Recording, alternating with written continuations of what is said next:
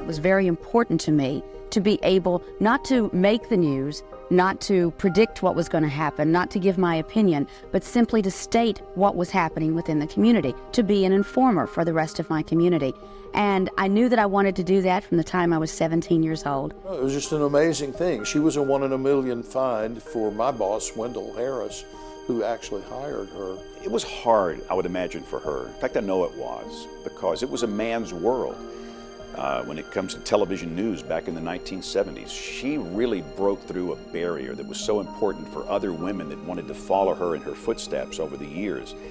And I don't think we appreciate that enough. She was extremely young, but she was also extremely talented.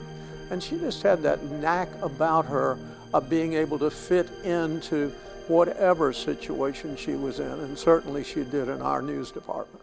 On April 4th, 1977, when a powerful tornado rampaged through the Smithfield area located in North Birmingham.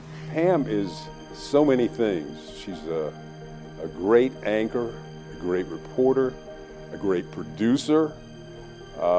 She's broken new ground and shattered a glass ceiling for women in this business. This type of wind and rain are too much for the traffic to bear up to. Our ceiling right now is about 1,000 feet. Last night it was down to 300 feet and fog was rolling in. She's one of the great assets, and will be one of the great assets of journalism in Birmingham history, because she stayed here a long time and did her job. Not everybody can do it, not everybody wants to do it, but Pam did it. The fact that she was a mother, I think, carried so much extra weight. I think that people who were watching her said, yeah, that she knows what it's like. Are you the perennial candidate? Can teachers and support personnel in this state, letting a group like Larry Lemack, Dr. Andrews go? Can you promise us we're not going to see the kind of bickering? That's going to be her legacy, this new generation of journalists that want to do the same thing. They want to get it right with a servant's heart. They want to serve the people. And that's the legacy we'll have from Pam Huff. Every school system to submit an SIR, that is a student incident report. But she made them better, and that teaching, that mentoring, I think meant a lot to a lot of people. Governor Wallace's casket will be taken down the steps behind us.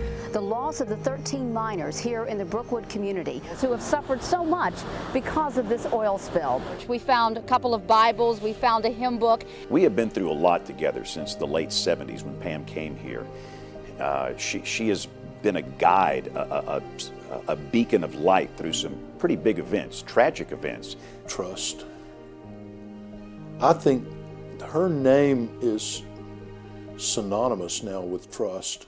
Reporting from Montgomery, here in Baldwin County, have the city of Charleston, South Carolina. Reporting from Tallahassee, Florida. Ordered here in Columbus, Ohio. Here in Nashville State, here in Oklahoma City. Tonight, the Jacksonville Police Department is from the Republican National Convention in St. Paul. Pam Huff, ABC 3340. People told me that I had an ability to connect with individuals, that I had a certain credibility, that people could believe in what I was saying. I value that. That is a true compliment to anyone, I think, to hear that. And I hope that that's what I bring to an anchor desk.